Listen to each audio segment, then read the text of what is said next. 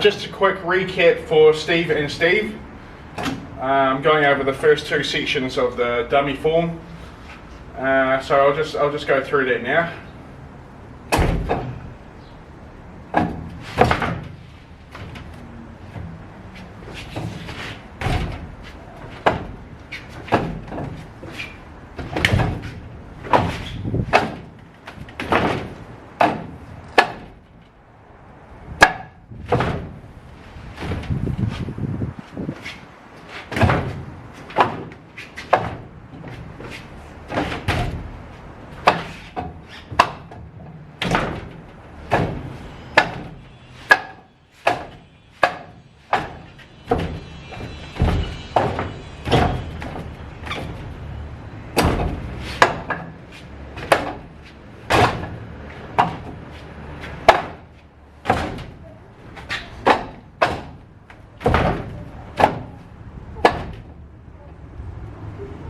Right, every form you do, you'll feel something that you could have worked better on. That time there, I stepped around and I turned this over and then I struck, which of course in Wing Chun you want to try to refine it to be simultaneous. So simultaneous attack and defense. If I am guiding this person out of the way and I haven't done anything, I might get punched back. But if I can hit him at the same time, his head might move back and that might allow for another strike. So the dummy itself will let you know what you need to work on because things won't quite feel right. There was one where I kind of, before this video, my foot kind of slipped a little bit. So I was like, oh, I need to work on my balance today. Every single day you'll have stuff to work on.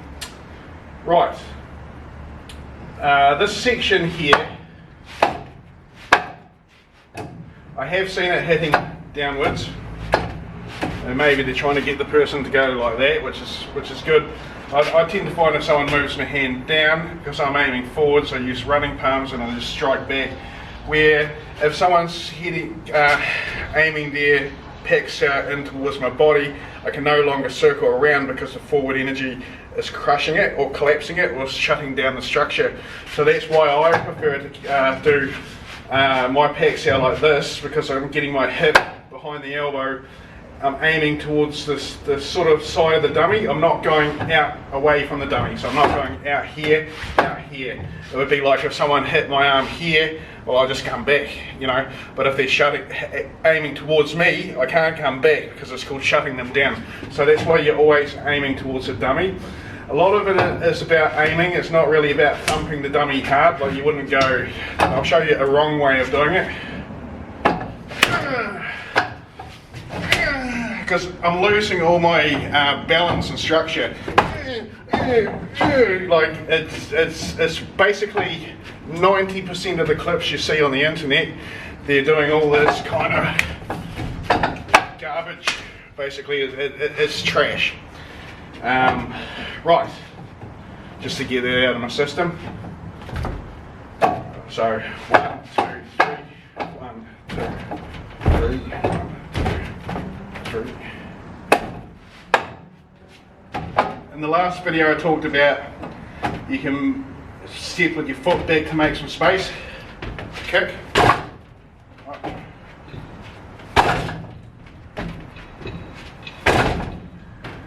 Sometimes you might naturally have stepped out further enough that you don't need to move the foot back.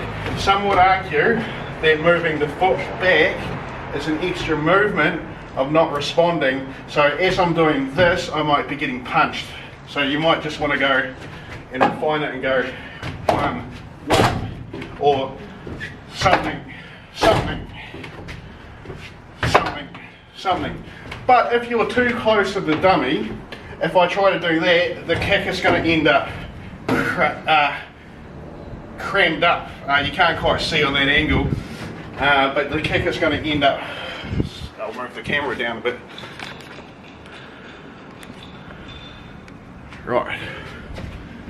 If I'm in here and I don't move that foot back, the kick's got not much to it. But if I step back here, I can now get that space.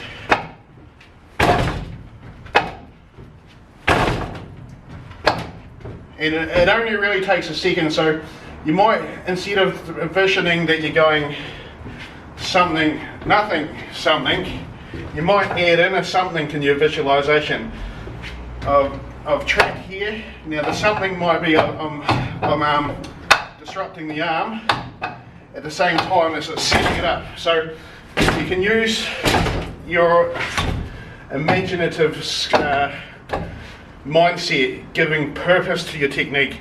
If you're just doing a technique because it was shown in a book, that's what you do. You do it A, B, C, D.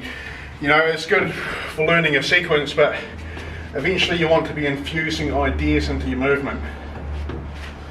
Okay, the last thing I wanted to talk about today was the end sections.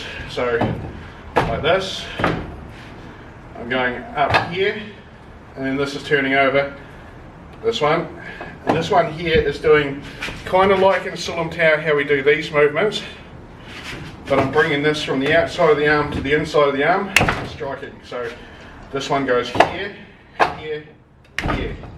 There's different ways of doing this, end section in different lineages or styles of learning. One is people just, they do this and they just hit from the outside like that. I think it's better on one with narrower arms, but because this dummy's got quite wide arms, I'll just bring it in here. But I also find it's quite useful combatively. Strikes coming in, I'm fighting it away, clear the room to strike. When I'm explaining stuff, my techniques are sloppy. Ooh, that's not a chain punch. But I'll show you what I mean. Boom, boom.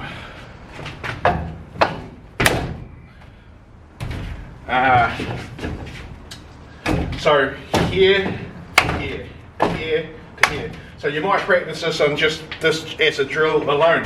You might go that side, throw a strike, that side, throw a strike, and then you might do it down low. Down low. So then when you're free flowing, you might get your other hand more active or engaged. This one here on the other side that goes palms out over, I've also seen it just as a kind of like a grab. But it's some moves you might use that not actually completely identical to the form. Like you might not have a literal person and you're doing this and this at the same time. You might be using this one to pull, or not, pulling's a bad word because it implies using brute strength, but to sort of yank them this way to upset their balance as you strike. You might have intercepted them and you're using that to strike, and then you might only use it for a split second. You might use this one here. You've got the arch of someone's arm. This type of movement might be making them go like that. At the same time they've thrown a strike and I've used something like dice here, and then I might strike here and then here. So these are giving you the tools, but how you use the tools eventually becomes your choice. But again, I'll just do this movement about 5 times so that you can see for visualization for copying. 1, 2, 3. Things in Wing Chun seem to go well with the rhythm of 3. 1, 2, 3.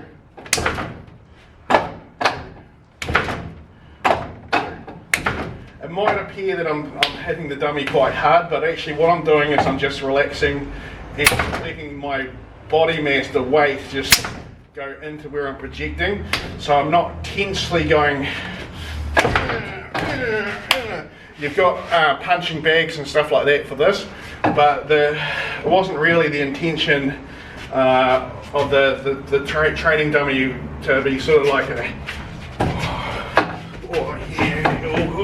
you know, sure it might have its use for some people on a personal level, but I'm talking about because I'm teaching Wing Chun, the martial arts. I'm trying to keep it strictly to Wing Chun, the martial art, which might contradict some of my other videos where we do have a bit of a play around, but this is because I'm teaching you the form, and so if I'm teaching you the form, I've got to stay true to the form. All good? Alright, thank you very much.